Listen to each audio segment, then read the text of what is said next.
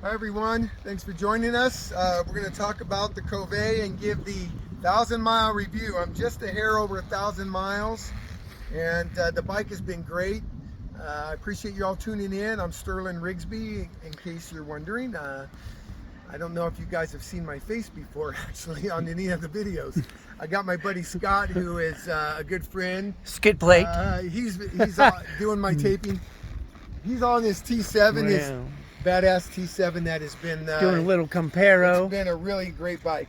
So the Kove has been excellent. There hasn't been a single issue on this bike.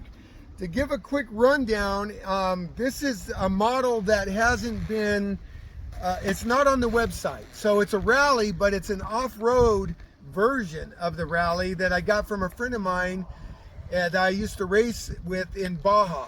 So he called me up, and he's a Kove dealer, and he's selling a lot of 450s over in Baja. And he's said, "Hey, I got an 800 that's for sale. Do you want it?" And I said, "Of course, you know," and because I was looking for a new bike.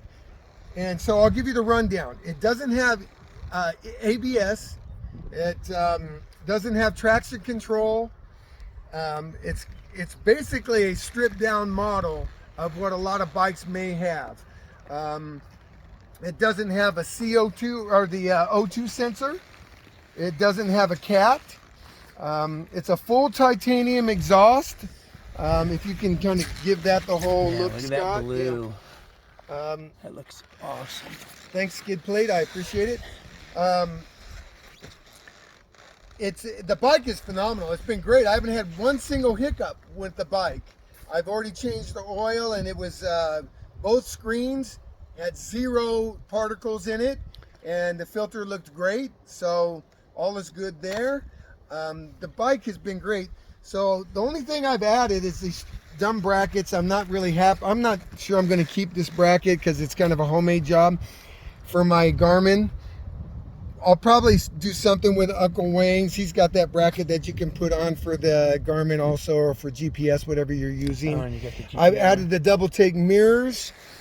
Some of the things, oh yeah, the GPS. So if you go back and look at my videos, you can see GPR. The GPR stabilizer, sorry. The GPR stabilizer was put on from a friend of mine who owns the company. He used my bike for the mock-up for the bike, so it was the first one that they had. But they got, if you guys are interested on getting a stabilizer for your bike for the GPR, you can call him up, and he's already got them ready to go. So that's that was a huge plus for that, and it works great. The bike is phenomenal. It's so light and nimble. We just got done ripping up. I'll post the video that Scott and I were going fairly quick on things. For a bunch of old guys, we As were quick doing as okay. our old bones of lettuce. I just turned 60, so, but we've been doing pretty good. The bike is great. I also added the bark busters. The things that's cool is it has motocross style reservoir. I know the pros, I don't know if all the rallies come with that. They may, but I know the pros come with that little round plastic cylinder, which is fine, you know, for what they do. It's more of a cross-country thing, but it's nice to have that in case somebody goes down real hard and hits that. That's always nice to have. And I also added the, oh man, it's I'm not sure I'm happy with it, but it's the throttle tamer. And Jury's still out on that. yeah, the jury's definitely still out on that. I mean, it's okay, but it seems they have taken away some of the punch I like for wheelies. So I'll do another video as time goes on, because I've only had one good ride with that on there. And it did have, even though this bike came with the ECU mapped already for the pipe and all that, it still had a little bit of notchiness on the bottom when you're in technical slow stuff. When you're going fast, the bike was phenomenal and didn't have any kind of hiccups at all. But when I was in Moab and really steep technical stuff, it did have a little bit of off and on, and I wanted to see if that would cure it. It didn't really cure that, so I may go back to the stock and then do a little mapping with somebody that's local in our Temecula area. So the bike came with bigger pegs, full titanium exhaust, like I said, and everything you see is basically stock on the bike for the rally. Look how huge that front disc is. The oversized rotor, Yeah. and the brakes work fantastic. We were going fairly fast today, and the brakes work very Yeah, well. it slows down quick. Yeah, you got no problems. A lot of people were asking about that. It doesn't have the twin rotors. Well, they went to the oversized, and it stops on a dime. It's fantastic, so you don't have to worry about that. I put different tires on just because my buddy owns Moto's tires, so in Temecula there, and so we put some Moto Rows on there, and they work great. The bike is fantastic. The fit and finish on this bike is so good. It's better than a lot of the Japanese bikes I've owned. I've been riding for over 50 years. I've owned a lot of bikes. My background's in motocross, and I won quite a few races in motocross, and then we kind of retired from that and only do select racing. And then my buddy who owns Seat Concepts, Lyndon, he asked me to go to Baja. This is way back in 2007, and I found out I had a pretty good knack for that, and then proceeded to race in Baja for about 11 years straight, and won 5 championships in a bunch of different races, 250, 500, and 1000. And wasn't just me, I was with a great team, so it was a real fun deal. But so I do have a decent background on bikes, and this is one of the best bikes I've owned. I own a lot of different bikes now. I have like 9 of them in the shed and scattered throughout the states. But Yeah. it is a really good bike. I had an African Twin, and it was look at great. the welds on this right here. But yeah, the African Twin was great, and it was a great touring bike, but it wasn't nothing like this bike as far as how nimble and how light this is and the feel of it. And I'll take off the seat and I'll show you guys some of what I'm talking about as far as some of the fit and finish. Now, it's a little dirty. I didn't wash it because we just got done riding. Look at the welds on this bike. If you can see in here, it's just fantastic. Sorry for the dirt. It's got a Boss ECU. Of course, the tank is down low underneath. And it's just a fantastic bike. Every single nut and bolt was marked. And I checked everything on this bike when I first got it, and everything was tight. There wasn't one single nut or bolt that was loose. It was they did a great job on this bike. It's a fantastic bike. I've got no problems so far. Yeah. No issues. Of course, the jury's still out on longevity, but We'll the figure motor it out. has got tons of power, and I'll do another video probably at 2000 or something like that. Let anybody know if I And had it's problems. basically a KTM motor because Yes, CF Moto's it's making the KTM. Yes, it was motor, so. basically a 790 motor, and yeah, it's fantastic. The bike has been great.